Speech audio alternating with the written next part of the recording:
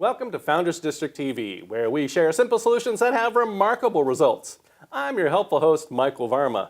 We're in for a treat because today we have Eldonna Lewis Fernandez. Now, who is she? She is the newly minted accredited speaker through Toastmasters International and the founder and CEO of ThinkLikeANegotiator.com. Eldonna, thank you so much for joining us. Thanks for having me. Great to be here. Now, I've got a bazillion questions to ask, and there's so many topics, but let's start with the accredited speaker. For those that don't know what that is, what is that? Well, accredited speaker in Toastmasters is a professional speaking designation. It's different than the normal roadmap to the distinguished Toastmaster. It's something that you have to be a professional speaker. You have to have had at least 25 speaking engagements. 15 of them have to be paid to a non-Toastmasters audience of 20 or more to even apply. Okay, so it's designated professional speaking. Yeah, so that's more so from going from a free speaking environment to a fee-based speaking environment. Definitely. So what was your journey like to do that? Was it a snap, oh, I'm going to be a accredited speaker? Oh, yeah. Oh, instant super speaker. No, it was not. It took a while to get to that point. Obviously, building up my credibility and starting to get paid to speak is one thing. Once I decided, actually, our good friend Cheryl Roush, accredited speaker. You know Cheryl too, yes, that's right. She's my buddy. I'm actually co-author of Heart of a Military Woman with her. That's right. Oh, it's all coming together now. Yes, and I do have a story in Heart of a Toastmaster. All right. I submitted, but sadly she didn't like it as much. She's more of a fan of you? Okay. Okay, so your journey to accredited speaker. I'm easily sidetracked, can you tell? Right, that's okay. We'll squirrel right back. She contacted me September 2015, around there, and said, I think it's time for you to go for the accredited speaker designation. I thought, well, why would I want to do that? I'm not sure. Thought about it for a while, had a conversation with her, and I made a decision to go for it. I listed out all my speaking engagements. I had more than enough. Mm-hmm. And you have to also have a video that's 25 to 45 minutes to a non-Toastmasters audience of 20 or more. And I didn't have one. My talks are an hour, hour and a half, 3 days. Right, over a long period of time. Right, I didn't have 25 to 45 minutes. I also had to have an introduction. I had to rent an audience, basically. I'm part of a mastermind, and we had 80 people, and I got them to allow me to give my presentation, got it videotaped, and filled out the application. That took a long time. Went through it with Cheryl, detail by detail, and you submit between January 1st and February 1st. You have your window and jump right through. And submit it, and you wait to hear back whether or not your application was accepted. They go check, check. Oh, also one other thing, you have to have 5 of your paid speaking engagements send a letter to World Headquarters saying, yes, you were really there. Right, you know, and yes, so you did we're not great. taking any fake things. You're real. Right. It's a form letter that they have to submit. And once you've submitted all those things, they'll email back and say, we've received everything, you've passed the level 1 judging. So now how many levels are there as far as judging? Level 1, just the application, then Well, what's there's next? the application to get approved to level 1 judging. And then level 1 judging is where 5 anonymous accredited speakers judge your application. They look at the application, which has all your speaking engagements, information about yourself, what you speak on. They also go to your website.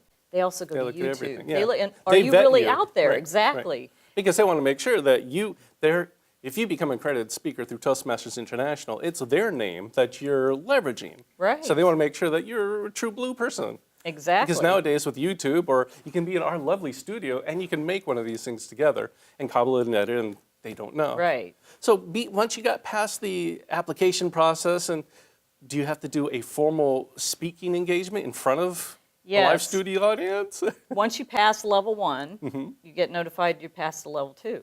Level 2 is speaking at the international convention in front of the entire The 2,000 people there, right? Right, and there's 5 anonymous judges in the audience judging your talk.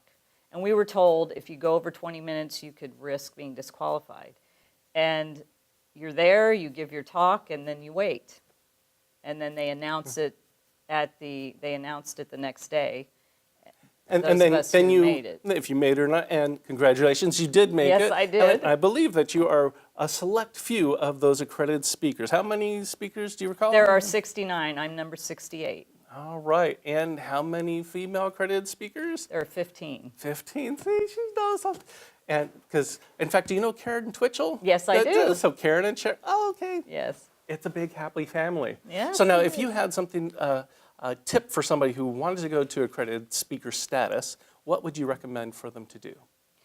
Well, definitely they need to get those paid speaking gigs. They need to have everything before they go into actual application process. And once they get that, those of us who are accredited speakers will mentor them at no cost. Now, the coaching's different. Mentoring is helping them get the application together, reviewing it, making sure that they have everything, and helping them get it sent to world headquarters so they can be considered. Fabulous. I like all that information. And actually, I'm getting ready for all the bazillion questions about Think Like a Negotiator, which we'll come to after this brief break. Negotiation. What do you think of when you hear that word? A big boardroom of people heavily haggling over a multi-million-dollar deal? Maybe Shark Tank, where the sharks are going against the entrepreneurs, or attorneys haggling out for their clients. Negotiation is a word that brings up fear for a lot of people, and they think it's this big thing, but really you negotiate each and every day of your life. Do you have kids? How do you get them to do their homework or to do their chores? That's a negotiation. How about mastering that? Do you coordinate with somebody to meet at Starbucks, or maybe you have a project at work and you need to get somebody to agree to get it done by a certain time? Those are all negotiations, and those are all things that you do each and every day. You may be thinking, well, how do I get good at negotiation if I've never done it before? I have a great place for you to go to get low risk and high value negotiation training. And it costs very little. A yard sale. I know you're laughing. A yard sale? Yard sale, swap meet, flea market, thrift shop. Those are all places that are low risk. You go with a few dollars in your pocket. You go make an offer. Somebody has something for $5. You offer them $3. You may agree on $4. You have done negotiation. And as long as you do that regularly and get your confidence built up, then you can go into other areas and it'll transfer over to the bigger negotiations. You have to start somewhere to become an expert at negotiation. Go on out this weekend, take a few dollars with you, and go negotiate at those yard sales, and remember to always think like a negotiator. Welcome back to Founders District TV, where we share simple solutions that have remarkable results. I'm still your host, Michael Varma. I'm still here with Eldonna. And we're going through Think Like a Negotiator. So what's the first thing that people ask you when they find, oh, Think Like a Negotiator? What do they ask you for? How do you think like a negotiator? So how do you think like a negotiator? Well, it's all about putting on a mindset of thinking like a negotiator. It's something you have to step into and think like that. And the first thing that I tell people is you really have to own your power, stand within it, and be confident enough to ask things. I was just about to say ask, because people don't ask, right? Right. And so if they wanted to be involved with something, what do they do incorrectly when they're trying to ask? Well, first, they don't prepare in advance. Okay. A lot of times people will go into a negotiation, I'm going to come and sit down and start negotiating. Okay, what am I going to say? Uh-oh. You have to prepare in advance. So you have to know what you want. Right, you have to figure out what you want, what you don't want, what you're willing to walk away from. All of those, you have to decide that up front before you even go and sit down or get on the phone or even email. Yeah, I would think that would be pretty basic, but obviously not. In fact, I think you have a book with several strategies on this.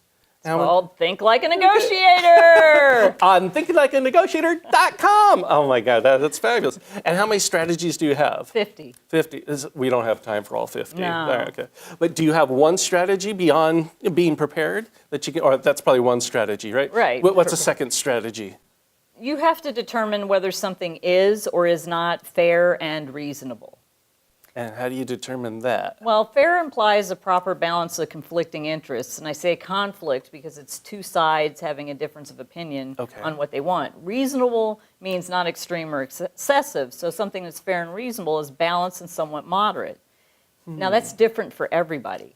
Right, I was about to say, that's fairly subjective because, I'll ask for the world because you can, and sometimes people give it to you. So Bad. Bad. So what would be so fair and reasonable?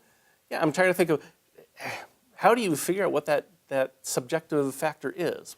Well, it's personal. What's fair and reasonable to you may not be fair and reasonable to me. I've decided once I go in and sit down with somebody, I know what's fair and reasonable, what's not, and if we go beyond that, I'm going to walk away from the deal. Okay. That's what's to me. And then if you're presenting something to me that I don't think is fair and reasonable, I may ask you, well, why do you think that's fair and reasonable? Oh, okay.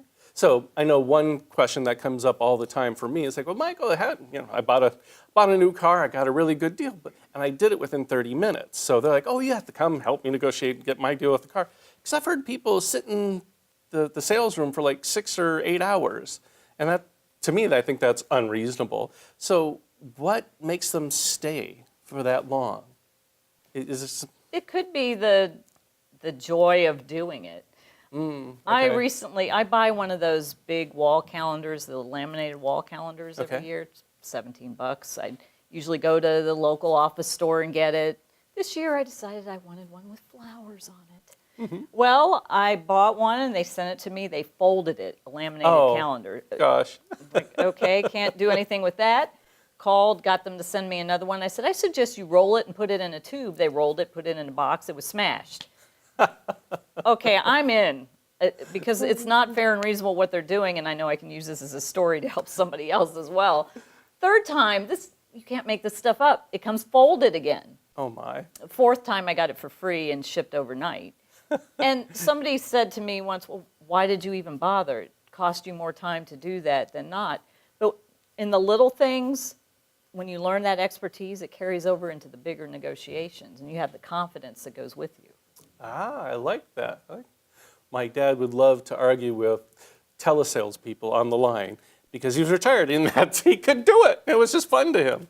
So, all right, so now, accredited speaker, fabulous, check, check, and you're out there speaking throughout the country.